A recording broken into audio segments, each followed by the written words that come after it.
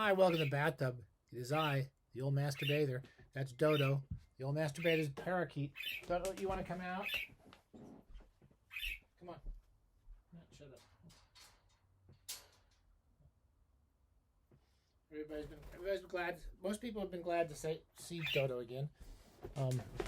She's there's never. She's always just in the other room sometimes because, as you all know, she's a bit of a pain in the butt. Anyway, this is we're talking today about a book I'm not an expert on. All you YouTube idiots who want to listen to experts, I'm not an expert on almost anything we talk about. But we're going to talk about The Defense by Nabokov, as I like to, or Nabakookie, which is the proper. That's the proper Gaelic interpretation or pronunciation of Nabakookie, and Dostoevsky. And this book when did it come out? See, we always prepare these very well in advance.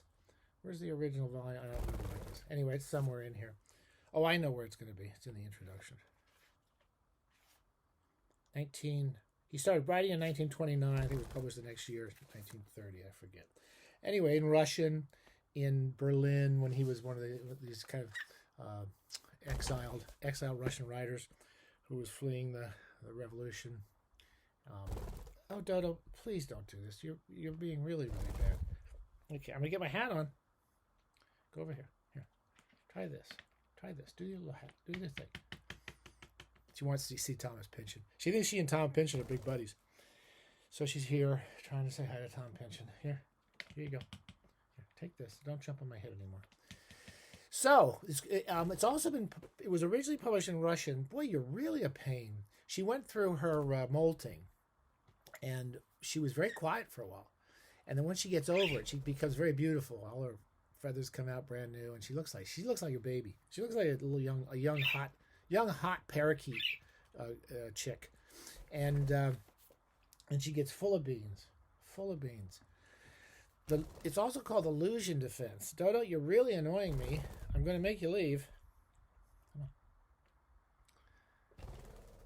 Okay, we'll try this in a few minutes. The LUZSHIN defense, the illusion defense, and his name is LUZSHIN. I'm not even going to be easy with you this time. And it's about a young boy. It's kind of, many people are like, oh, Dodo, stop it. Stop. Why are you being so difficult? Huh? You're showing off. She's showing off. Okay.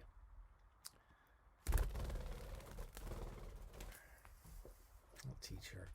What are we talking about? The LUZSHIN defense. And it's a defense. I read this book. This is the third time I've read it. She gets so pissed off. She doesn't, I swear to God, it's my day. My whole day is this and the dog attacking me. It's about a young boy raised in Russia. He's kind of very different from a lot of the young Russian kids in Nabokov's books. He's actually unhappy as a child. And he's in a house. His parents they all seem to treat him nicely, like Nabokov's parents treated him. But he seems kind of lonely and at odds. And then he discovers chess, and he finds chess to be this kind of protective logic that you can actually control the board. And his whole notion of chess is to defend himself, to find defenses. And he starts to look at the world. Some of the opening chapters about looking at the world as a sort of chessboard and where you should locate yourself. And he becomes a kind of a savant, an idiot savant, not idiot savant, but a prodigy, a chess prodigy as a kid. And he picks up this stuff really quickly. And that's really interesting. I was starting to say before I was so rudely interrupted that I read this 3 times. The first time I read it would probably have been like when I was in my 20s, early 20s or late teens, when I read a lot of Nabokov because I love Lolita so much. And I remember the first time I just was really absorbed by it. I really loved this book the first time I read it. And it's funny because now, the second time I read it, which is about 15 years ago, when I went through a second Nabokov phase, I didn't like it as much. I found it a little long, and I found I got a little lost in it. This time I came in between. So there you go. There's your expertise. I've read it 3 different times in the bathtub, and the third time I think I liked it quite a bit. It's not my favorite Nabokov. Many of the critics of this novel, and particularly our buddy Brian Boyd, who did those wonderful 2-volume biographies of Nabokov, he considered it the first major Nabokov novel, and I don't know if I'd go that far. That's just, that's just I wouldn't put it on my top list of books, but I did really enjoy it this time through. And the first time I read it, really something about it really knocked me out. It's a little slow. It's a little complicated. It's all interior. There's very few narrative scenes in it. Very little dialogue. Most of it's told from the interiors of LUZHIN, and then of the woman who he marries. This kind of girl who's really some of my favorite passages are when she meets him somewhere in some holiday resort. I forget now.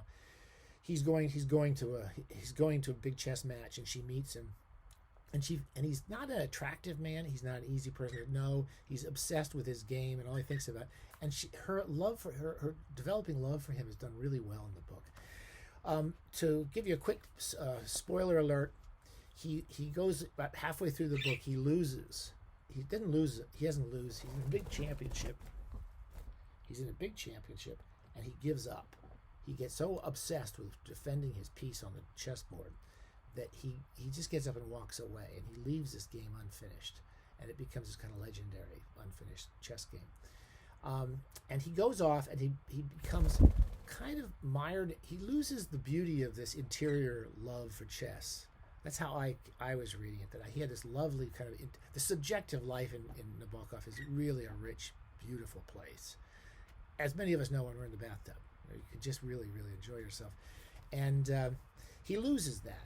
And he starts to go into the real world a bit more. I'm going to read 2 passages, and then I'm going to shut up. This is one of my favorite passages. It's what Nabokov does so well, which is take us into physical, detailed room through the subjective awareness of what's going on around you. And this is when he realized he can't be a chess champion anymore, chess prodigy, and he's kind of given up the game. And he goes to his father-in-law's office, basically because he has to start working there. And this is about this kind of let down into real reality. Page 188. It was during these first days of married life that LUZHIN visited his father-in-law's office. His father-in-law was dictating something, but the typewriter stuck to its own version, repeating the word tot in a rapid chatter with something like the following intonation. Tot, hot and tot, tot, tot, do not totter, and then something would move across with a bang. His father-in-law showed him sheafs of forms, account books with Z-shaped lines on the pages, books with little windows on their spines, the monstrously thick tomes of commercial Germany, those big ugly books in that accountant's offices, and a calculating machine, very clever and quite tame. However, LUZHIN liked tot-tot best of all. The words spilling swiftly out onto the paper, the wonderful evenness of the lilac lines, and several copies at the same time. I wonder if I too. One needs to know, he said, and his father-in-law nodded approvingly, and the typewriter appeared in LUZHIN's study. It was proposed to him that one of the office employees come and explain how to use it, but he refused, replying that he would learn on his own, just like he learned chess. He wants to learn the machine on his own. And so it was. He fairly quickly made out its construction, learned to put in the ribbon and roll in the sheet of paper, and made friends with all the little levers. We all remember our first typewriter. Some kids today never knew that kind of pleasure. And so it was. He fairly quickly made out its construction, learned to put in the ribbon and roll in the sheet of paper, and made friends with all the little levers. It proved to be more difficult to remember the distribution of the letters. The typing went very slowly. There was none of tot-tot's rapid chatter, and for some reason, from the very first day, the exclamation mark dogged him. It leapt out in the most unexpected places. At first, he copied out half a column from a German newspaper, and then composed a thing or two himself. A brief little note took shape with the following contents. You are wanted on a charge of murder. Today is November 27th. Murder and arson. Good day, dear madam. Now when you are needed, dear, exclamation point, where are you? The body has been found. Dear madam, exclamation point. Today the police will come. 2 exclamation points. LUZSHIN read this over several times, reinserted the sheet, and, groping for the right letters, typed out, somewhat jumpily, the signature Abbé Busson. At this point, he grew bored. The thing was going too slowly, and somehow he had to find a use for the letter he had written. Burrowing in the telephone directory, he found a Frau Louisa Altmann, wrote out the address by hand, and sent her his composition. So he sends this jumble to somebody drawn out of the phone book. Okay, Dodo, you've ruined this. You've just ruined this. I would have sounded so much smarter if you weren't driving me. Come. Now you're not coming? Come. Show everybody you'd come like that. Come. Okay. No one listens to me. All right. We're going to be doing a few of these today in the same shirt because we're going away on a little trip, and I want to make a few of these before we go. Okay. This is, we're talking about the defense. Definitely read it if you're a Nabokov fan.